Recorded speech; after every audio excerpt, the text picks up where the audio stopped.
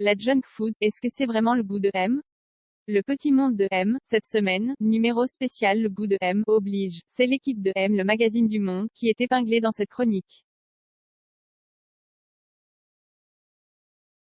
Aucun propos n'a été déformé ni aucun animal maltraité. À quoi ça ressemble, quelqu'un qui a bon goût? Celui de M en tout cas. Que mange-t-il? Que boit-il? Comment s'habille-t-il? Comment parle-t-il? Et de quoi? Le temps d'un numéro spécial Le goût de M, on a enfin le droit de raconter à quoi ressemblent ces personnes qui l'incarnent, et s'efforcent de le transmettre à leurs lecteurs.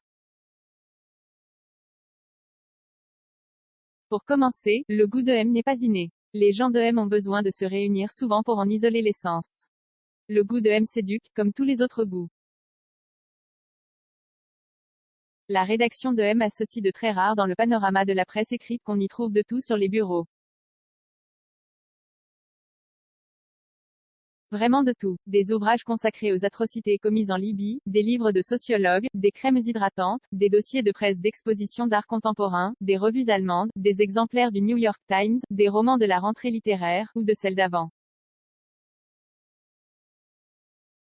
Dans les autres journaux, il faut aller d'une rubrique à une autre pour trouver tout cela. Mais à M, tout se côtoie, comme dans les pages du magazine. Il y a parfois des miettes de panettone sur une étagère, mais on ne sait jamais si c'est là pour être mangé ou pour être shooté.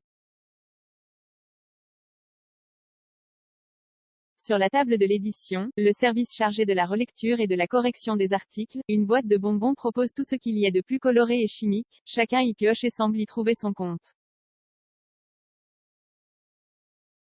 C'est aussi ça, le goût de Monsieur Lire aussi, à quoi on les reconnaît. Ils travaillent dans une rédaction aussi silencieuse qu'une crypte d'église, mais sont capables de s'écharper en réunion pour débattre de la disparition des enfilades, des meubles dont vous ne saviez même pas qu'ils avaient un nom. Quand ils emploient l'adjectif bon, c'est toujours pour des trucs qui ne se mangent pas, les bons livres, les bonnes revues, la bonne chaise. Ils parlent beaucoup de traitements en majesté, mais assez peu de têtes couronnées. Ils s'échangent des conseils de maison d'hôtes dans le Perche, avec une pension complète où tous les ingrédients viennent de l'agriculture raisonnée. Et vont s'acheter leur déjeuner à la sandwicherie d'en bas. Comment ils parlent? J'adore, j'adore, j'adore.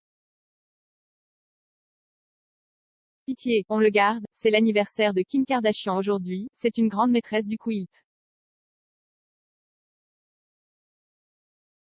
Soyez alambiqués mais le plus proche possible de la réalité, on va publier des fiches cuisine et ce sera des fiches cuisine faisables.